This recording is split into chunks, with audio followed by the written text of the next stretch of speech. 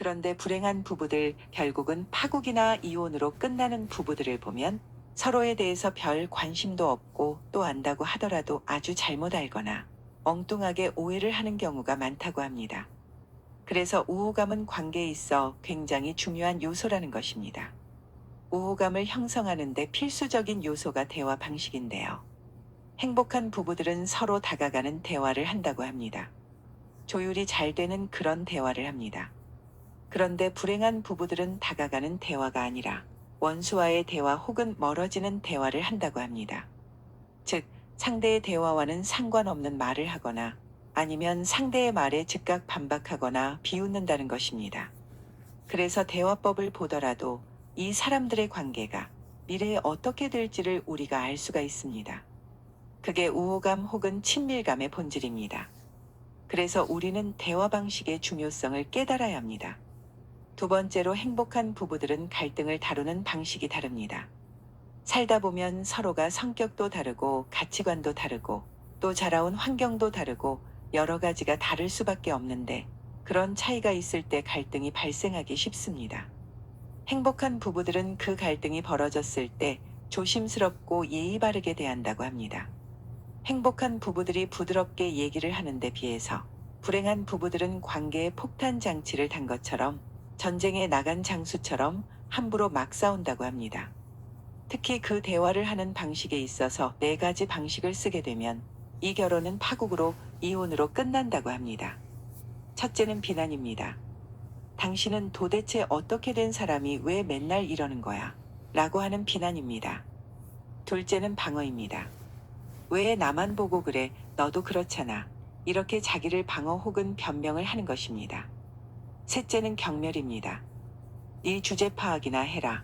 이런 식으로 상대를 얕잡아 보거나 비웃거나 조롱하고 하인 취급하거나 어린애 취급하는 것입니다. 그리고 네 번째로 담쌓기입니다. 네 가지 중에 제일 안 좋다고 보는 것이라고 하는데요. 아예 대화도 안 하고 서로 없는 사람 취급을 하는 것입니다. 마주보지도 않거나 전화를 안 받는다든지 아니면 전화하는 도중에 전화를 끊는다든지 하는 것들이 담쌓기입니다. 이런 방식을 쓰게 되면 아무리 처음에는 열렬히 사랑을 하고 서로 좋아했다 하더라도 결국 좋지 않게 끝나더라는 것입니다. 그것도 끝날 때까지 엄청나게 고통스러움을 겪는다고 합니다. 그렇게 파국으로 끝납니다. 그래서 갈등을 관리하는 방식이 참 중요합니다. 세 번째 차이는 행복한 부부들은 서로의 꿈을 알고 그 꿈을 서로 굉장히 지지해 준다고 합니다. 그런데 불행한 부부들은 서로의 꿈을 모르거나 아니면 그것을 막거나 혹은 반대를 한다고 합니다. 예를 들어서 도스토예프스키의 배우자 안나는 그 당시에 남편이 빚도 많았고 건강도 정말 나빴습니다. 그렇게 여러 가지 악조건에 놓여 있었음에도 불구하고 자기 남편의 작품을 세상에 알리기 위해서 남편이 죽은 후에도 엄청나게 애를 썼다고 합니다. 함께 살면서도 같은 꿈을 공유하고 그 꿈을 향해서 서로를 응원하며 도와줬지요. 그런데 말년의 톨스토이의 경우에는 점점 더 종교에 귀의하면서 자기 재산도 다 노예들한테 주고 싶어하고 시골 생활을 원했다고 합니다.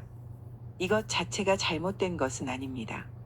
그러나 그 아내였던 소피아와의 사이에서 키워야 할 아이들이 13명이었다고 합니다. 얘네들을 다 먹여 살려야 되는데 톨스토이가 그러니 갈등이 참 많았겠지요.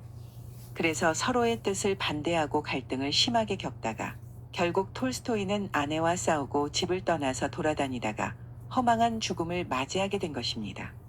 그러니까 말년이 행복하지 못했습니다. 그래서 행복한 부부들은 서로의 꿈을 서로 공유하고 또 존중하고 지지해 준다는 점이 굉장히 중요하다고 할 수 있겠습니다. 그렇다면 앞으로 노후에 우리가 어떻게 행복하게 살 수 있을까 하는 세 가지의 구체적인 실천 사항을 말씀드리겠습니다. 첫째로는 어쩌다 한번 크게 이벤트를 해서 호감을 사고 존중하는 것보다 매일 조금씩 자주 표현하면서 살아보세요. 사랑이나 관심, 호감 같은 것을 표현해보는 것입니다. 아침에 일어나면 먼저 일어난 사람이 아직 자는 사람한테 손이나 발을 20초만 주물러줘 보세요. 20분도 아니고 20초입니다. 굿모닝 잘 잤어요. 이 정도의 표현으로도 충분합니다. 그리고 누군가 약속이 있거나 일이 있어서 나갈 때 포옹을 해주세요. 앉자마자 바로 벗어나지 마시고 서로의 심장과 체온을 느껴보세요. 그리고 일이 끝나고 돌아왔을 때도 한번 안아주시는 겁니다. 마지막에 저녁 먹고 나서는 조금 여유가 있으니까 그땐 아침에 늦게 일어났던 사람이 10초이자 더 붙여서 30초 동안 어깨나 손이나 발을 주물러 주는 것입니다. 닭살 돋는다고 생각하지 마시고 이런 사소한 습관이 쌓이면 정말 좋습니다. 그렇게 스킨십을 하면서 대화도 많이 나누시고 자연스럽게 마음도 표현해 보세요. 인간은 서로의 피부가 닿는 것만으로도 따뜻함과 안정감을 느낀다고 합니다. 이렇게 조금씩이라도 자주 표현하게 되면 긍정성이 누적이 되고 쌓이기 때문에 갈등 상황이 벌어졌을 때 좀 더 유연하게 대처할 수 있습니다. 나이 들어서까지 정말 죽기 살기로 비난하고 방어하고 경멸하고 담쌓게 하면서 살지 마세요. 앞으로 남은 소중한 시간을 후회로 쌓지 마시길 바랍니다. 이제는 눈앞에 닥친 갈등에 대해서도 우리가 정말 예의 있게 조심스럽게 부드럽게 얘기를 할 수 있어야 합니다. 그래서 서로가 꿈을 공유하거나 내가 좋아하는 일을 서로 믿고 지지해주면 온갖 풍파를 잘 견뎌낼 수 있는 힘이 생깁니다. 그게 바로 행복한 노부부의 비결입니다.